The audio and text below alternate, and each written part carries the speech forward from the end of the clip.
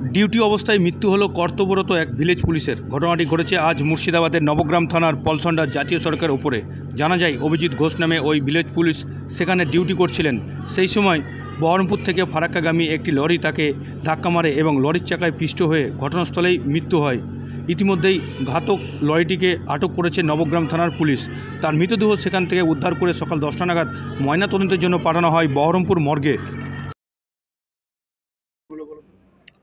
মোটামুটি আমি তো বাড়িতে ছিলাম, আমাকে ফোন করলো, ওখানে আমাদের আরও বন্ধুরা আছে, তা আমাকে ফোন করে জানালো যে এই ব্যাপার, তোমার দাদার অ্যাক্সিডেন্ট হয়েছে। কখন হয়েছিল? মোটামুটি আমার কাছে ফোন যায় 9:21। মানে আজকে সকালে? আজকে সকালে। কোথায় কি করছিল? পলসনা ট্রাফিকে ডিউটি করছিল মোড়ে।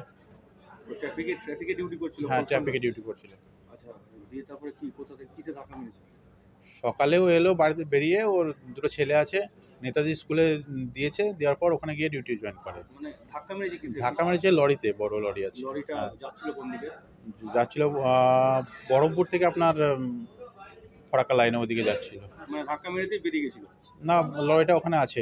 তোমরা থানায় ছিল? হ্যাঁ, লরিটা ওখানে আছে এখনো। ডিভাইডারের উপর গিয়ে একদম ধাক্কা মেরেছে। কি নাম? অভিজিৎ ঘোষ। কি ছিল ওর পোস্ট? Village police. বাড়ি কোথায়? বাড়ি নারায়ণপুর। নারায়ণপুর। কোন থানা?